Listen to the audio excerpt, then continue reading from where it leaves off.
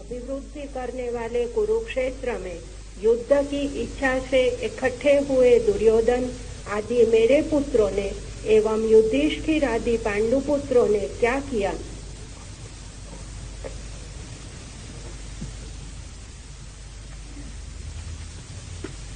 धृतराष्ट्र आंख से अंधे, लेकिन आंख के न होने से वासना नहीं मिट जाती। आंख के न होने से कामना नहीं मिट जाती। काश सूर्यदास ने धृतराष्ट्र का ख्याल कर लिया होता तो आंखें फोड़ने की कोई जरूरत न होती। सूरदास ने आंखें फोड़ ली थी इसलिए कि न रहेंगी आंखें, न मन में उठेगी कामना, न उठेगी वासना।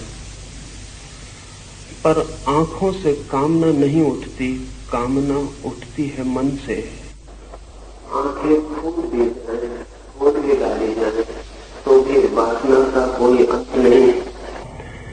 गीता की ये अद्भुत कथा एक अंधे आदमी की जिज्ञासा से शुरू होती है।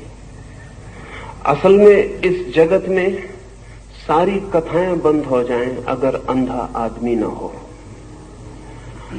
इस जीवन की सारी कथाएं अंधे आदमी की जिज्ञासा से शुरू होती हैं।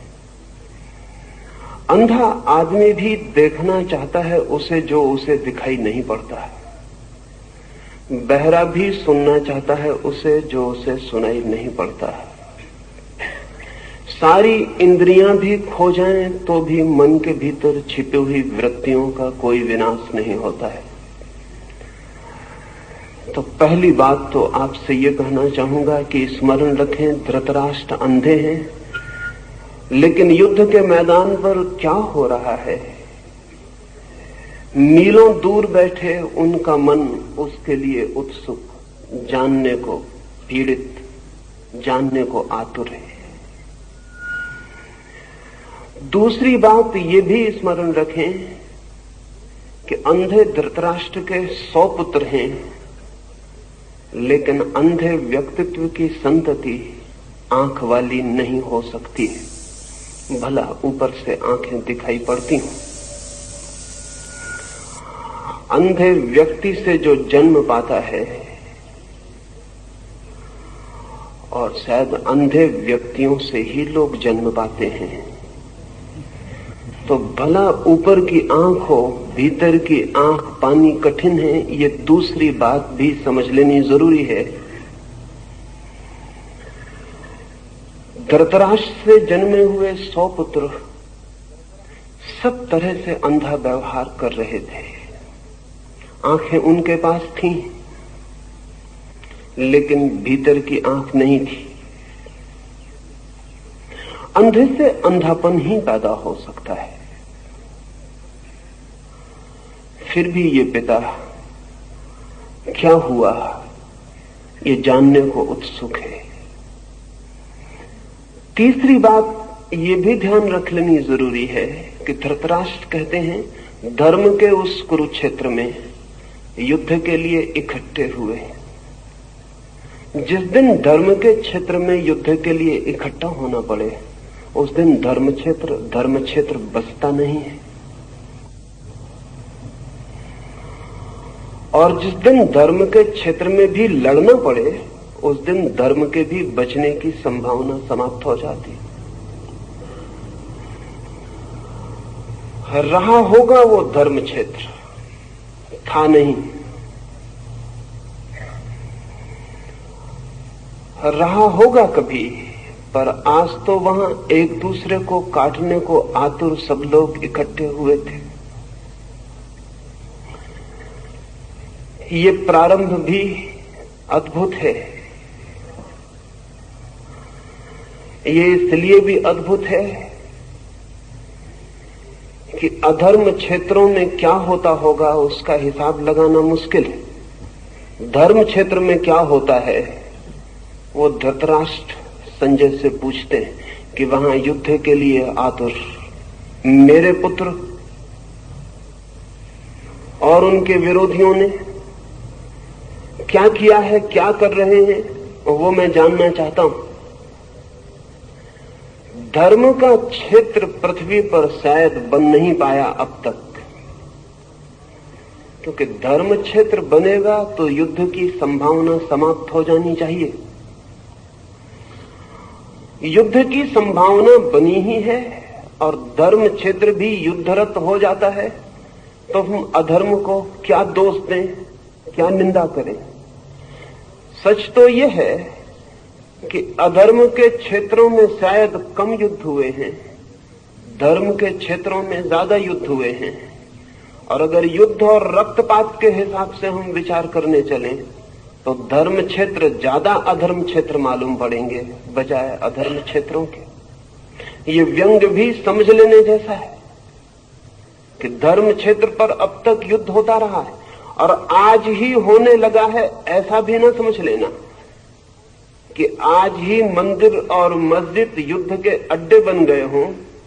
हजारों साल पहले जब हम कहें कि बहुत भले लोग थे पृथ्वी पर और कृष्ण जैसा अद्भुत आदमी मौजूद था, तब भी कुरुक्षेत्र के धर्म क्षेत्र पर लोग लड़ने को ही इकट्ठा हुए थे। ये मनुष्य की गहरे में जो युद्ध की पिपासा है, ये मनुष्य की गहरे में विनाश की जो आकांक्षा है, ये मनुष्य के गहरे में जो पशु छिपा है, वो धर्म क्षेत्र में भी छूट नहीं जाता, वो वहां भी युद्ध के लिए तैयारियां कर लेता है। इसे स्मरण रखने के लिए उपयोगी है। और ये भी कि जब धर्म की आड़ मिल जाए लड़ने को, तो लड़ना और भी खतरनाक हो जाता है, क्योंकि तब जस्टिफिकेशन, तब न्याय युक्त भी मालूम होने लगता है। तो ये अंधे धृतराष्ट्र ने जो जिज्ञासा की है, उससे ये धर्म ग्रंथ शुरू होता है। सभी धर्म ग्रंथ अंधे आदमी की जिज्ञासा से शुरू होते हैं। जिस दिन दुनिया में अंधे आदमी न होंगे, उस दिन धर्म ग्रंथ की कोई जरूरत भी नहीं रह जाती। वो अंधा ही जिज्ञासा कर रहा है।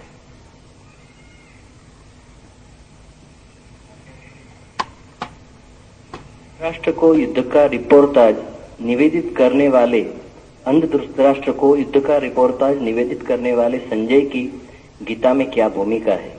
संजय क्या क्लेयरवॉयंस, दूरदृष्टि या क्लेयर ऑडियंस, दूर श्रवण की शक्ति रखता था? संजय की चित्त शक्ति की गंगोत्री कहां पर है? वो स्वयंभू भी हो सकती है ना? संजय पर निरंतर संदेह उठता रहा है, स्वाभाविक है। संजय बहुत दूर बैठकर कुरुक्षेत्र में क्या हो रहा है उसकी खबर धृतराष्ट्र को देता है। योग निरंतर से मानता रहा है कि जो आंखें हमें दिखाई पड़ती हैं वे ही आंखें नहीं, और भी आंख है मनुष्य के पास जो समय और क्षेत्र की सीमाओं को लांघ कर देख सकती है। लेकिन योग क्या कहता है, इससे जो कहता है वो सही भी होगा ऐसा नहीं। संदेह होता है मन को, इतने दूर संजय कैसे देख पाता है? क्या वो सर्वज्ञ है? नहीं। पहली तो बात यह कि दूरदृष्टि, क्लेयरवॉयंस कोई बहुत बड़ी शक्ति नहीं है, सर्वज्ञ से उसका कोई संबंध नहीं है। बड़ी छोटी शक्ति है और कोई भी व्यक्ति चाहे तो थोड़े ही श्रम से विकसित कर सकता है। और कभी तो ऐसा भी होता है कि प्रकृति की किसी भूल चूक से वो शक्ति किसी व्यक्ति को सहज भी विकसित हो जाती। एक व्यक्ति है अमेरिका में अभी मौजूद, नाम है टेड सीरियो। उसके संबंध में 2 बातें कहना पसंद करूंगा तो संजय को समझना आसान हो जाएगा, क्योंकि संजय बहुत दूर है समय में हमसे, और न मालूम किस दुर्भाग्य के क्षण में हमने अपने समस्त पुराने ग्रंथों को कपोल कल्पना समझना शुरू कर दिया है। इसलिए संजय को छोड़ें। अमेरिका में आज जिंदा आदमी है एक टेड सीरियो, जो कि कितने ही हजार मील की दूर पर कुछ भी देखने में समर्थ है। न केवल देखने में, बल्कि उसकी आंख उस चित्र को पकड़ने में भी समर्थ है। हम यहां बैठकर ये जो चर्चा कर रहे हैं, न्यूयॉर्क में बैठा हुआ टेड सीरियो अगर कहा जाए कि अहमदाबाद में इस मैदान पर क्या हो रहा है, तो वो 5 मिनट आंख बंद करके बैठा रहेगा, फिर आंख खोलेगा और उसकी आंख में आप सबकी बैठी हुई तस्वीर उसकी आंख में दूसरे देख सकते हैं, और उसकी आंख में जो तस्वीर बन रही उसका कैमरा फोटो भी ले सकता है। हजारों फोटोएं लिए गए हैं, हजारों चित्र लिए गए हैं, और टेड सीरियो की आंख कितनी ही दूरी पर किसी भी तरह के चित्र को पकड़ने में समर्थ है। न केवल देखने में बल्कि चित्र को पकड़ने में भी। टेड सीरियो की घटना ने 2 बातें साफ कर दी हैं। एक तो संजय कोई सर्वज्ञ नहीं है, क्योंकि टेड सीरियो बहुत साधारण आदमी है, कोई आत्मज्ञानी नहीं है। टेड सीरियो को आत्मा का कोई भी पता नहीं है।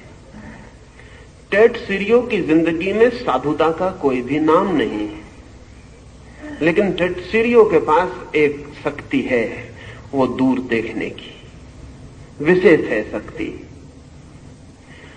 कुछ दिनों पहले स्कैंडिनेविया में एक व्यक्ति किसी दुर्घटना में जमीन पर गिर गया कार से, उसके सिर को चोट लग गई और अस्पताल में जब होश में आया तो बहुत मुश्किल में पड़ा।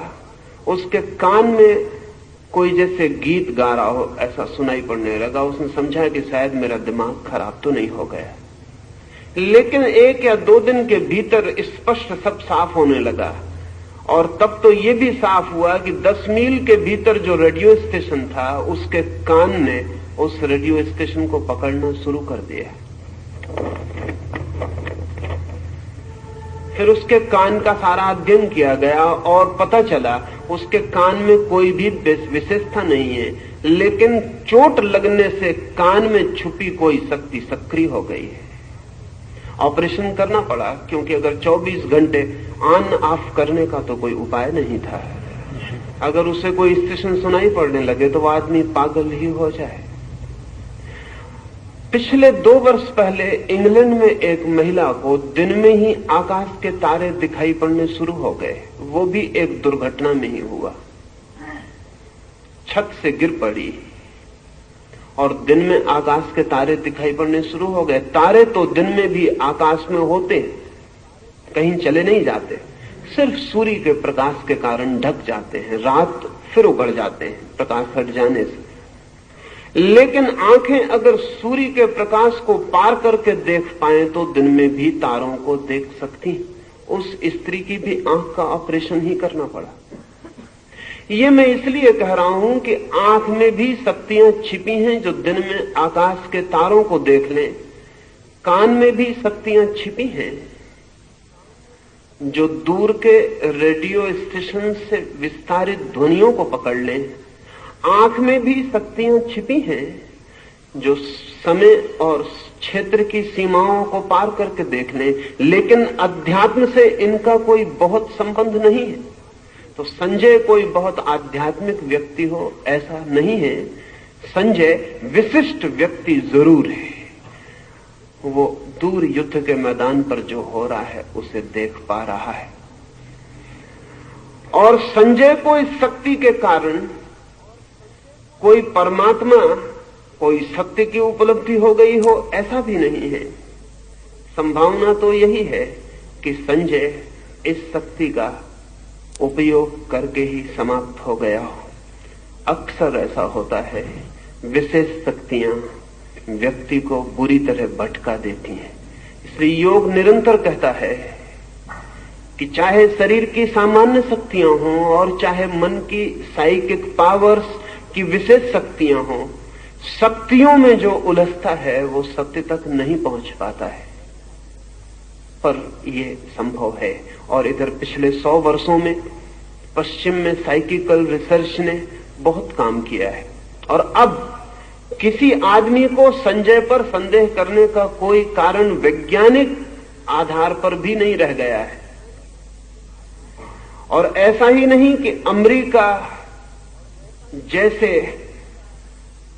धर्म को स्वीकार करने वाले देश में ऐसा हो रहा हो, रूस के भी मनोवैज्ञानिक मनुष्य की अनंत शक्तियों का स्वीकार निरंतर करते चले जा रहे हैं। और अभी चांद पर जाने की घटना के कारण रूस और अमेरिका के सारे मनोवैज्ञानिकों पर एक नया काम आ गया है, और वो ये है कि यंत्रों पर बहुत भरोसा नहीं किया जा सकता। और जब हम अंतरिक्ष की यात्रा पर पृथ्वी के वासियों को भेजेंगे तो हम उन्हें गहन खतरे में भेज रहे हैं, और अगर यंत्र जरा भी बिगड़ जाएं तो उनसे हमारे संबंध सदा के लिए टूट जाएंगे, और फिर हम कभी पता भी नहीं लगा सकेंगे कि वे यात्री कहां खो गए। वे जीवित नहीं है, वे किस अनंत में भटक गए, हम उनका कोई भी पता न लगा सकेंगे। इसलिए एक सब्स्टिट्यूट, एक परिपूरक व्यवस्था की तरह दूर से बिना यंत्र के देखा जा सके, सुना जा सके, खबर भेजी जा सके, इसके लिए रूस और अमेरिका की दोनों की वैज्ञानिक प्रयोगशालाएं अति आतुर हैं। और बहुत देर न होगी कि रूस और अमेरिका दोनों के पास संजय होंगे, हमारे पास नहीं होंगे। संजय कोई बहुत आध्यात्मिक व्यक्ति नहीं है, लेकिन संजय के पास एक विशेष शक्ति है जो हम सबके पास भी है और विकसित हो सकती।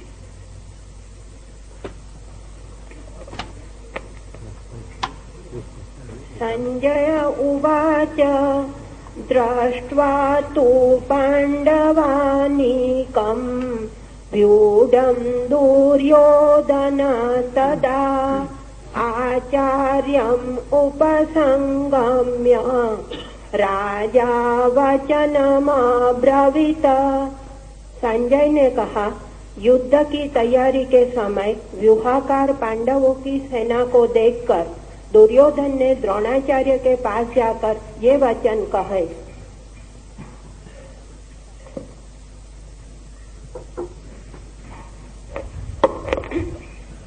पश्यैतां पाण्डुपुत्राणाम् आचार्य महती चमुं व्यूढां द्रुपदपुत्रेण तव शिष्येण धीमता अत्र शूरा महेश्वासा भीमार्जुन समायुधि युयुधानो विराटश्च द्रुपदश्च महारथः।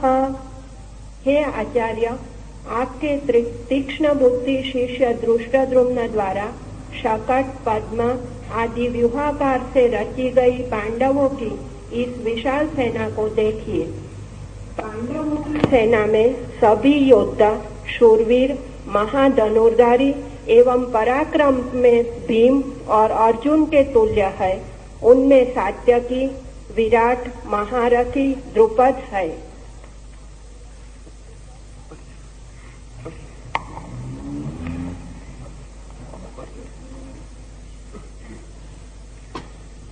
दृष्टकेतुश्चकितानः काशीराजश्च वीर्यवान् पुरुजित् कुन्तिभोजश्च शैव्यश्च नरपुंगवः।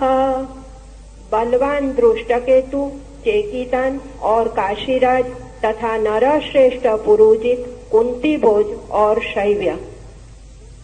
युधामन्युश्च विक्रांत उत्तमौजाश्च वीर्यवान् सौभद्रो द्रौपदेयाश्च सर्व एव महारथः।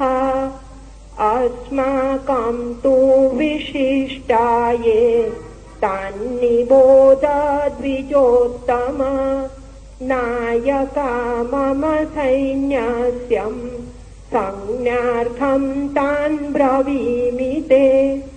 पराक्रमशाली युधामन्यु, उत्तमोजा, वीर्यवान सुभद्रा का पुत्र अभिमन्यु और प्रतिबिंध्य आदि द्रौपदी के पुत्र, ये सभी महारथी हैं। हे आचार्यवर, हम लोगों के मध्य में बल, पौरुष, पराक्रम आदि से उत्कृष्ट जो मेरी सेना के नायक है, उन्हें आपके परिज्ञान के लिए मैं आपसे कहता हूँ।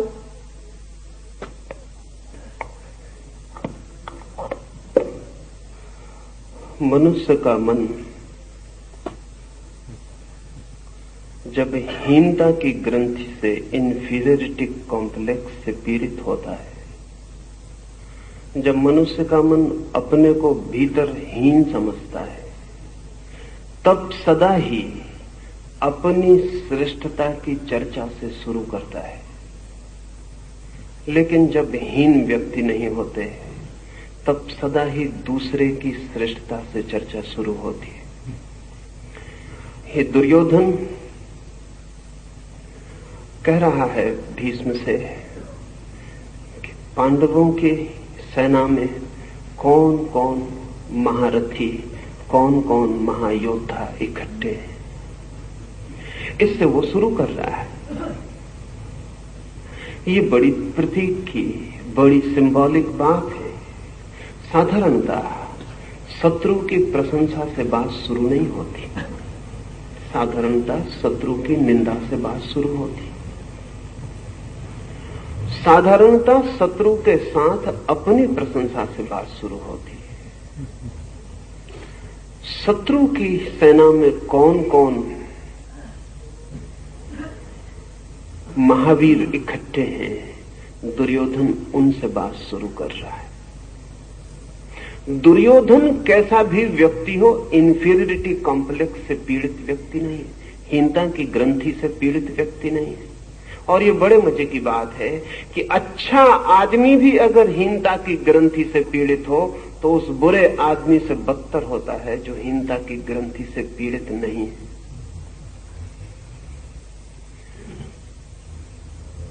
दूसरे की प्रशंसा से केवल वही शुरू कर सकता है जो अपने प्रति बिल्कुल आश्वस्त है।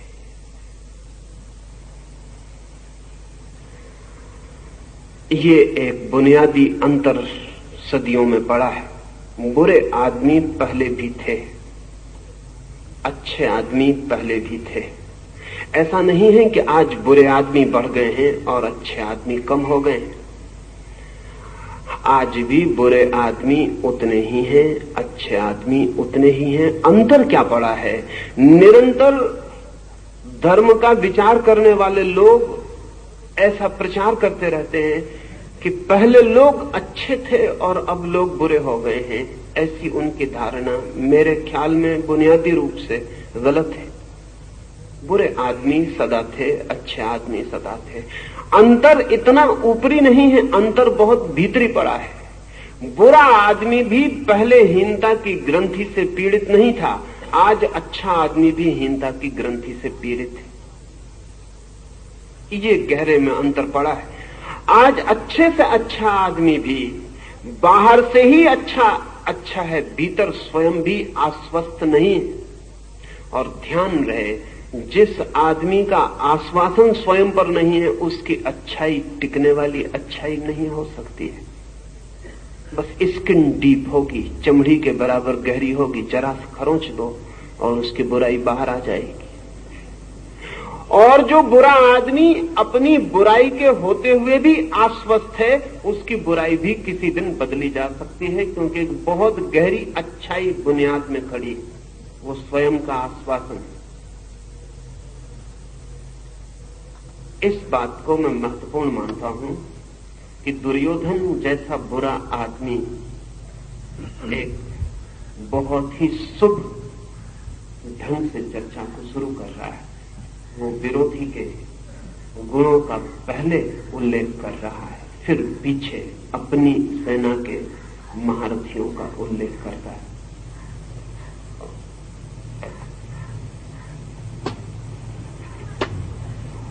भगवान् भीष्मश्च कर्णश्च कृपाश्च समितिञ्जयः अश्वत्थामा विकर्णश्च सौमदत्ति तथैव च अन्ये च बहवः शूरा मदर्थे त्यक्तजीवितः नानाशास्त्रप्रहरणः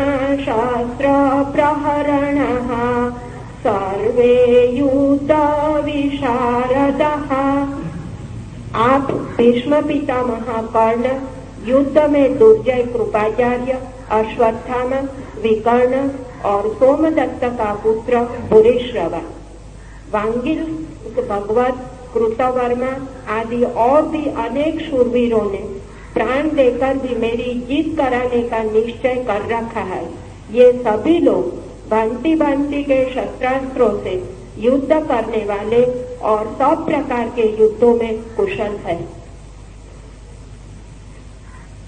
अपर्याप्तं तदास्माकं बलं भीष्माभिरक्षितं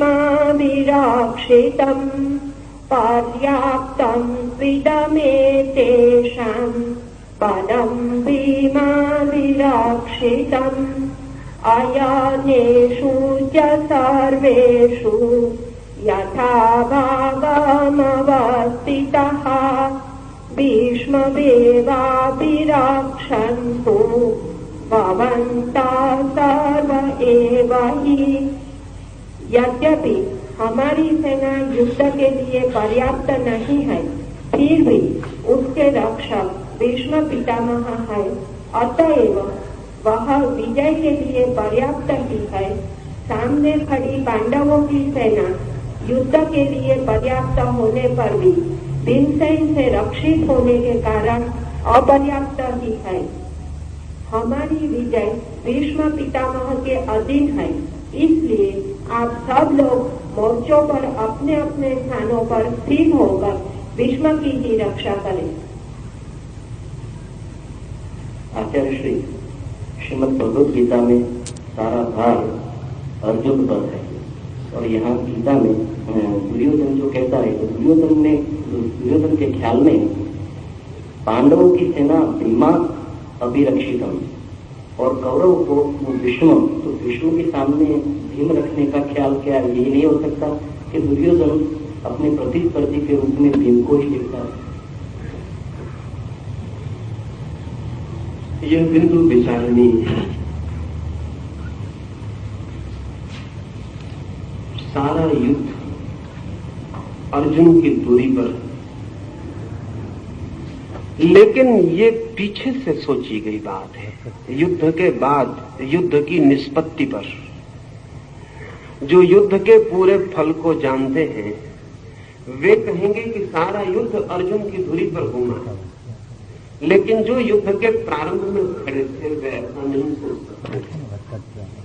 दुर्योधन के लिए युद्ध की सारी संभावना भीम से ही पैदा होती थी, उसके कारण थे। अर्जुन जैसे भले व्यक्ति पर युद्ध का भरोसा दुर्योधन भी नहीं कर सकता था। अर्जुन डमाडोल हो सकता है, इसकी संभावना दुर्योधन के मन में थी। अर्जुन युद्ध से भाग सकता है, इसकी कोई गहरी अचेतन प्रतीति दुर्योधन के मन में थी। अगर युद्ध टिकेगा तो भीम पर टिकेगा। युद्ध के लिए भीम जैसे कम बुद्धि के लेकिन ज्यादा शक्तिशाली लोगों पर भरोसा किया जा सकता है। अर्जुन बुद्धिमान है, और जहां बुद्धि है वहां संशय है, और जहां संशय है वहां द्वंद्व है। अर्जुन विचारशील है, और जहां विचारशीलता है वहां पूरे पर्सपेक्टिव, पूरे परिप्रेक्ष्य को सोचने की क्षमता है। वहां युद्ध जैसी भयंकर स्थिति में आंख बंद करके उतरना कठिन। दुर्योधन भरोसा कर सकता है युद्ध के लिए भीम का। भीम और दुर्योधन के बीच गहरा सामंजस्य है। भीम और दुर्योधन एक ही प्रकृति के बहुत गहरे में, एक ही सोच अगर दुर्योधन ने ऐसा देखा कि भीम केंद्र है दूसरी तरफ, तो गलत नहीं देखा, ठीक ही देखा। और गीता भी पीछे सिद्ध करती है कि अर्जुन भागा भागा हो गया है। अर्जुन पलायनवादी दिखाई पड़ा है, वह एस्केपिस्ट मालूम पड़ा है। अर्जुन जैसे व्यक्ति की संभावना यही है। अर्जुन के लिए युद्ध भारी पड़ा है। युद्ध में जाना अर्जुन को अपने को रूपांतरित करके ही हो सकता है। अर्जुन एक नए तल पर पहुंचकर ही युद्ध के लिए राजी हो सका है। भीम जैसा था उसी तल पर युद्ध के लिए तैयार था। भीम के लिए युद्ध सहजता है, जैसे दुर्योधन के लिए सहजता है। इसलिए दुर्योधन भीम को केंद्र में देखता है तो आकस्मिक नहीं है, लेकिन ये युद्ध के प्रारंभ की बात है। युद्ध की निष्पत्ति क्या होती, अंत क्या होता है, ये दुर्योधन को पता नहीं, हमें पता है। और ध्यान रहे, अक्सर ही जीवन जैसा प्रारंभ होता है वैसा अंत नहीं होता। अक्सर ही अंत सदा ही अनिर्णित, अंत सदा ही अदृश्य। अक्सर ही जो हम सोचकर चलते हैं वो नहीं होता, अक्सर ही जो हम मानकर चलते हैं वो नहीं होता। जीवन एक अज्ञात यात्रा है। इसलिए जीवन के प्रारंभिक क्षणों में, किसी भी घटना के प्रारंभिक क्षणों में जो सोचा जाता है वो अंतिम निष्पत्ति नहीं बनती। और हम भाग्य के निर्माण की चेष्टा में रत हो सकते हैं, लेकिन भाग्य के निर्णायक नहीं हो पाते। निष्पत्ति कुछ और होती है।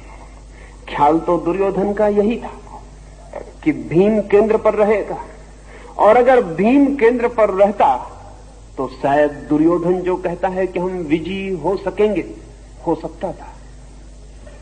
लेकिन दुर्योधन की दृष्टि सही सिद्ध नहीं हुई और आकस्मिक तत्व बीच में उतर आया। वो भी सोच लेने जैसा है। कृष्ण का ख्याल ही न था कि अर्जुन अगर भागने लगे तो कृष्ण उन्हें युद्ध में रत करवा सकते हैं। हम सबको भी ख्याल नहीं होता। जब हम जिंदगी में चलते हैं तो एक अज्ञात परमात्मा की तरफ से भी बीच में कुछ होगा, इसका हमें कभी ख्याल नहीं होता। हम जो भी हिसाब लगाते हैं वो दृश्य का होता है। अदृश्य भी बीच में इंटरपेनिट्रेट कर जाएगा, अदृश्य भी बीच में उतर आएगा, इसका हमें भी कोई ख्याल नहीं होता। कृष्ण के रूप में अदृश्य बीच में उतर आया है और सारी कथा बदल गई। जो होता वो नहीं होगा और जो नहीं होने की संभावना। इसलिए जब कृष्ण भागते हुए अर्जुन को युद्ध में धक्का देने लगे तो जो भी इस कथा को पहली बार पढ़ता है वो शाख खाए बिना नहीं रह सकता, उसको धक्का लगता है। जब इमर्शन ने पहली बार पढ़ा तो उसने किताब बंद कर दी, वो घबरा गया। क्योंकि जब अर्जुन जो कह रहा था वो सभी तथाकथित धार्मिक लोगों को ठीक मालूम पड़ेगा। वो ठीक तथाकथित धार्मिक आदमी का तर्क दे रहा था। जब हेनरी थारो ने इस जगह आके देखा कि कृष्ण उसे युद्ध में जाने की सलाह देते हैं तो वो भी घबरा गया। हेनरी थारो ने भी लिखा है कि मुझे ऐसा भरोसा नहीं था, ख्याल भी नहीं था कि कहानी ऐसा मोड़ लेगी कि कृष्ण और युद्ध में जाने की सलाह देंगे। गांधी को भी वही तकलीफ थी, उनकी पीड़ा भी वही थी। लेकिन जिंदगी किन्हीं सिद्धांतों के हिसाब से नहीं चलती। जिंदगी बहुत अनूठी। जिंदगी रेल की पटरियों पर दौड़ती नहीं, गंगा की धारा की तरह बहती है। उसके रास्ते पहले से तय नहीं है। और जब परमात्मा बीच में आता है तो सब डिस्टर्ब कर देता है। जो भी तैयार था, जो भी आदमी ने निर्मित किया था, जो आदमी की बुद्धि सोचती थी, सब उलटफेर हो जाता है। इसमें बीच में परमात्मा पर आएगा इस युद्ध में, इसकी दुर्योधन को कभी कल्पना न थी। इसलिए वो जो कह रहा है प्रारंभिक वक्तव्य है, जैसा कि हम सब आदमी जिंदगी के प्रारंभ में जो वक्तव्य देते हैं ऐसे ही होते हैं। बीच में अज्ञात उतरता चलता है और सब कहानी बदलती चलती है। अगर हम जिंदगी के पीछे से लौट कर देखें तो हम कहेंगे जो भी हमने सोचा था वो सब गलत हुआ। जहां सफलता सोची थी वहां असफलता मिली। जो पाना चाहता था वो नहीं पाया जा सका। जिसके मिलने से सुख सोचा था वो मिल गया और दुख पाया। और जिसके मिलने की कभी कामना भी न की थी उसकी झलक मिली और आनंद के झरने फूटे। सब उल्टा हो जाता है। लेकिन इतना बुद्धिमान आदमी जगत में कम है जो निष्पत्ति को पहले ध्यान में ले। हम सब प्रारंभ को ही पहले ध्यान में लेते हैं। काश हम अंत को पहले ध्यान में लें तो जिंदगी की कथा बिल्कुल और हो सकती। लेकिन अगर दुर्योधन अंत को पहले ध्यान में ले ले तो युद्ध नहीं हो सकता। दुर्योधन अंत को ध्यान में नहीं ले सकता, अंत को मानकर चलेगा कि ऐसा होगा। इसलिए वो कह रहा है बार बार कि यद्यपि सेनाएं उस तरफ महान हैं, लेकिन जीत हमारी ही होगी। मेरे योद्धा जीवन देकर भी मुझे जिताने के लिए आतुर है, लेकिन हम अपनी सारी शक्ति भी लगा दें तो भी असत्य जीत नहीं सकता। हम सारा जीवन भी लगा दें तो भी असत्य जीत नहीं सकता। इस निष्पत्ति का दुर्योधन को कोई भी बोध नहीं हो सकता है। और सत्य जो कि हारता हुआ भी मालूम पड़ता हो, अंत में जीत जाता है। असत्य प्रारंभ में जीतता हुआ मालूम पड़ता है, अंत में हार जाता है। सत्य प्रारंभ में हारता हुआ मालूम पड़ता है, अंत में जीत जाता है। लेकिन प्रारंभ से अंत को देख पाना कहां संभव है। जो देख पाता है वो धार्मिक हो जाता है, जो नहीं देख पाता वो दुर्योधन की तरह अंधे युद्ध में उतरता चला जाता है। आचार्य श्री, एक तो अज्ञात का विल होता है, एक व्यक्ति का अपना विल होता है, दोनों में कॉन्फ्लिक्ट होते हैं। तो व्यक्ति कैसे जान पाए कि अज्ञात का क्या विल है, अज्ञात की क्या इच्छा है? पूछते हैं व्यक्ति कैसे जान पाए कि अज्ञात की क्या इच्छा है। व्यक्ति कभी नहीं जान पाता है। हाँ, व्यक्ति अपने को छोड़ दे, मिटा दे तो तत्काल जान लेता है, अज्ञात के साथ एक हो जाता है। बूंद नहीं जान सकती कि सागर क्या है जब तक कि बूंद सागर के साथ खो न जाए। व्यक्ति नहीं जान सकता कि परमात्मा की इच्छा क्या है जब तक व्यक्ति अपने को व्यक्ति बनाए है, तब तक नहीं जान सकता। व्यक्ति अपने को खो दे तो फिर परमात्मा की इच्छा ही शेष रह जाती है, क्योंकि व्यक्ति की कोई इच्छा शेष नहीं रह जाती। तब जानने का सवाल ही नहीं उठता। तब व्यक्ति वैसे ही जीता है जैसा अज्ञात उसे जिलाता है। तब व्यक्ति की कोई आकांक्षा, तब व्यक्ति की कोई फलाकांक्षा, तब व्यक्ति की कोई अपनी अभीप्सा, तब व्यक्ति की समग्र की आकांक्षा के ऊपर अपनी थोपने की कोई वृत्ति शेष नहीं रह जाती, क्योंकि व्यक्ति शेष नहीं रह जाता। जब तक व्यक्ति है तब तक अज्ञात क्या चाहता है नहीं जाना जा सकता, और जब व्यक्ति नहीं है तब जानने की कोई जरूरत नहीं। जो भी होता है वो अज्ञात ही करवाता है। तब व्यक्ति एक इंस्ट्रूमेंट हो जाता है, तब व्यक्ति एक साधन मात्र हो जाता है। कृष्ण पूरी गीता में आगे अर्जुन को यही समझाते हैं कि वो अपने को छोड़ दे, अज्ञात के हाथों में समर्पित कर दे, क्योंकि वो जिन्हें सोच रहा है कि ये मर जाएंगे वो अज्ञात के द्वारा पहले ही मारे जा चुके हैं। कि वो जिन्हें सोचता है कि इनकी मृत्यु के लिए मैं जिम्मेवार हो जाऊंगा, उनके लिए वो बिल्कुल भी जिम्मेवार नहीं होगा। अगर वो अपने को बचाता है तो जिम्मेवार हो जाएगा। अगर अपने को छोड़कर साधनवत साक्षीवत लड़ सकता है तो उसकी कोई जिम्मेवारी नहीं रह जाती। व्यक्ति अपने को खो दे समष्टि में, व्यक्ति अपने को समर्पित कर दे, छोड़ दे अहंकार को, तो ब्रह्म की इच्छा ही फलित होती है। अभी भी वही फलित हो रही है। ऐसा नहीं कि हम उससे भिन्न फलित करा लेंगे, लेकिन हम भिन्न फलित कराने में लड़ेंगे, टूटेंगे, नष्ट होंगे। एक छोटी सी कहानी मैं निरंतर कहता रहा हूं। मैं कहता रहा हूं कि एक नदी में बहुत बाढ़ आई और दो छोटे से तिनके उस नदी में बह रहे हैं। एक तिनका नदी में आड़ा पड़ गया है, तो नदी रोकने की कोशिश कर रहा है और वो चिल्ला रहा है बहुत जोर से कि नहीं बढ़ने देंगे नदी को, यद्यपि नदी बढ़ी जा रही है। वो चिल्ला रहा है कि रोक कर रहेंगे, यद्यपि रोक नहीं पा रहा है। वो चिल्ला रहा है कि नदी को हर हालत में रोक कर ही रहूंगा, जीऊं या मरूं, लेकिन बहा जा रहा है। नदी को न उसकी आवाज सुनाई पड़ती, न उसके संघर्ष का पता चलता। छोटा सा तिनका, नदी को उसका कोई भी पता नहीं है। नदी को कोई फर्क नहीं पड़ता, लेकिन तिनके को बहुत फर्क पड़ रहा है। उसकी जिंदगी बड़ी मुसीबत में पड़ गई है, बहा जा रहा है। नहीं लड़ेगा, जहां पहुंचेगा वहीं पहुंचेगा, लड़के भी। लेकिन ये बीच का क्षण, ये बीच का काल दुख, पीड़ा और द्वंद और चिंता का काल हो जाए। उसके पड़ोस में दूसरे तिनके ने छोड़ दिया है अपने को, वो नदी में आड़ा नहीं पड़ा है, सीधा पड़ा है। नदी जिस तरफ बह रही उसी तरफ, और सोच रहा है कि मैं नदी को बहने में सहायता दे रहा हूं। उसका भी नदी को कोई पता नहीं है। वो सोच रहा है मैं नदी को सागर तक पहुंचा ही दूंगा, मेरे साथ है तो पहुंच ही जाएगी। नदी को उसकी सहायता का भी कोई पता नहीं है। लेकिन नदी को कोई फर्क नहीं पड़ता, उन दोनों तिनकों को बहुत फर्क पड़ रहा है। जो नदी को साथ बहा रहा है वो बड़े आनंद में है, वो बड़ी मौज में नाच रहा है, और जो नदी से लड़ रहा है वो बड़ी पीड़ा में है। उसका नाच नाच नहीं है, एक दुख स्वप्न है। उसका नाच उसके अंगों की टूटन है। वो तकलीफ में पड़ा है, हार रहा है, और जो नदी को बहा रहा है वो जीत रहा है। व्यक्ति ब्रह्म की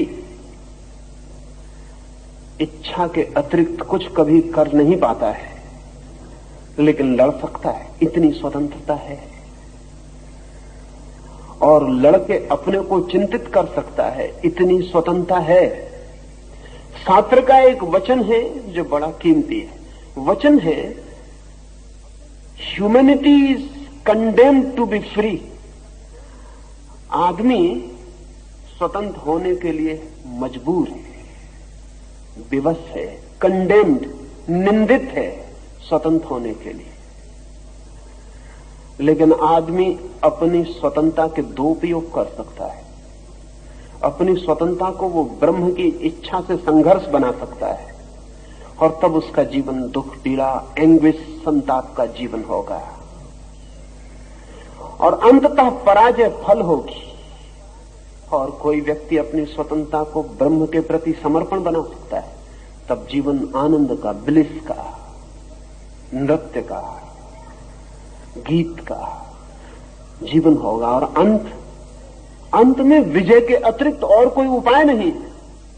वो जो तिनका सोच रहा है कि नदी को साथ दे रहा हूं, वो विजयी ही होने वाला है, उसकी हार का कोई उपाय नहीं है। और जो नदी को रोक रहा है वो हारने ही वाला है, उसकी जीत का कोई उपाय नहीं है। ब्रह्म की इच्छा को नहीं जाना जा सकता है, लेकिन ब्रह्म के साथ एक हुआ जा सकता है, और तब अपनी इच्छा खो जाती है, उसकी इच्छा ही शेष रह जाती है। आचार्य श्री, वैज्ञानिक सिद्धि में व्यक्ति का अपना कुछ होता है, और अज्ञात इसमें वैज्ञानिक सिद्धि में कैसे उतरता होगा, वो एक तकलीफ की बात बन जाती है। ऐसा साधारण लगता है कि वैज्ञानिक खोज में व्यक्ति की अपनी इच्छा काम करती है। ऐसा बहुत ऊपर से देखने पर लगता है, बहुत भीतर से देखने पर ऐसा नहीं लगेगा। अगर जगत के बड़े से बड़े वैज्ञानिकों को हम देखें तो हम बहुत हैरान हो जाएंगे कि जगत के सभी बड़े वैज्ञानिकों के अनुभव बहुत और हैं। कॉलेज, यूनिवर्सिटीज में विज्ञान की जो धारणा पैदा होती है, वैसा अनुभव उनका नहीं है। मैडम क्यूरी ने लिखा है कि मुझे एक सवाल दिनों से पीड़ित किए हुए, उसे हल करती हूं और हल नहीं होता है। थक गई हूं, परेशान हो गई हूं, आखिर हल करने की बात छोड़ दी, और एक रात 2 बजे वैसे ही कागजात टेबल पर छोड़कर अधूरे सो गई हूं, और सोच लिया कि अब इस सवाल को छोड़ ही देना। थक गया व्यक्ति, लेकिन सुबह उठ के देखा है कि आधा सवाल जहां छोड़ा था वो सुबह पूरा हो गया। कमरे में तो कोई आया नहीं, द्वार बंद थे, और कमरे में भी कोई आके उसको हल कर सकता था जिसको मैडम क्यूरी हल नहीं कर सकती थी, इसकी भी संभावना नहीं। नोबेल प्राइज विनर थी वो महिला। घर में नौकर चाकर ही थे, उनसे तो कोई आशा नहीं है। वो तो और बड़ा मिरेकल होगा कि घर में नौकर चाकर आके हल कर दें, लेकिन हल तो हो गया, और आधा ही छोड़ा था और आधा पूरा है। तब बड़ी मुश्किल में पड़ गई। सब द्वार दरवाजे देखे, कोई परमात्मा उतर आए, इसकी भी आस्था उसे नहीं हो सकती। कोई परमात्मा ऐसे ऊपर से उतर भी नहीं आया था। लेकिन गौर से देखा तो पाया कि बाकी अक्षर भी उसके ही हैं। तब उसे ख्याल आना शुरू हुआ कि रात वो नींद सपने में उठी। सपने का उसे याद आ गया कि वो सपने में उठी है, उसने सपना देखा कि वो सवाल हल कर रही। वो नींद उठी है रात में और उसने सवाल हल किया है। फिर तो ये उसकी व्यवस्थित विधि हो गई कि जब कोई सवाल हल ना हो तब वो उसे तकिए के नीचे दबा के सो जाए, रात उठ के कर ले।